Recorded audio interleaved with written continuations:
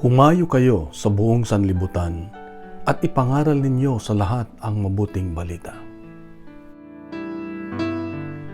Paano mo ginagawa o ginagampanan ang pagbabahagi ng mabuting balita?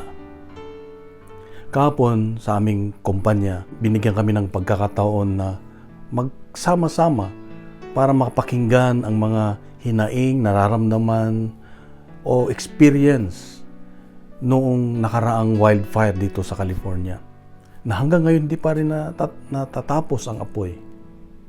Kaya nagkaroon ako ng pagkakataon na mapakinggan ng isang kasama namin na sa kanyang pagbabahagi ay naramdaman ko yung kanyang kalungkutan, sobra ang kanyang iyak dahil nalaman ko isa siya sa mga nasunugan ng bahay na nawalang naiwan sa kanya.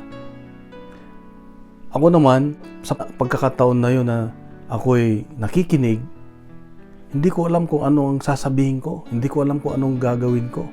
Dahil talagang yung iyak niya ay talagang grabe. Kaya habang ako'y nagdarasal, sabi ko, Lord, anong sasabihin ko? At isa sa mga ipinalala sa akin ng Diyos, meron kang kapayapaan, yan ang ibahagi mo. At ang ginawa ko ay binigay ko ang aking pakikinig. Hindi na ako nagsalita. Nakinig lang na nakinig. At habang nakikinig, ipinagdarasal ko siya. Pagkatapos ng aming pag-uusap, siya ay nakangiti na at nahimasmasan. At sabi niya, nagpasalamat siya dahil gumaan ang kanyang pakiramdam.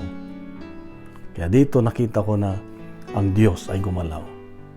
Mga kapatid, ang paalala ng Diyos sa akin ngayon ay hindi mo kailangang pumunta sa ibang bansa o sa ibang lugar para magbahagi ng mabuting balita. Kung anong meron ka ngayon, kung saan ka ngayon, sa bahay man, sa eskwelahan, sa trabaho, sa iyong kapitbahay, pwede mong ibahagi ang Diyos, ang mabuting balita.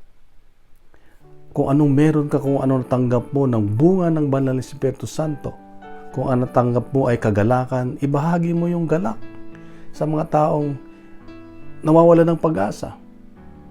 Ibahagi mong magandang balita na mayroon kang kapayapaan, ibahagi mo yung kapayapaan. Pwede kang makinig na gaya ng ginawa ko. Kung mayroon kang kapangyarihan, lakas na ibahagi ang kagalingan ng Diyos, ipagdasal at para gumaling ang isang tao. Kapatid, ito ang paalala ng Diyos sa iyo at sa akin ngayon. Paano natin maipakita, maibahagi ang kabutihan, ang pagmamahal ng Diyos sa pang-araw-araw nating ginagawa, sa buhay natin araw-araw.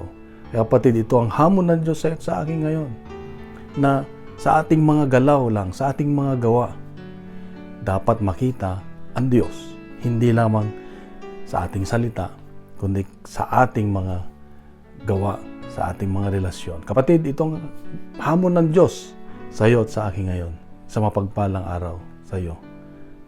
God bless.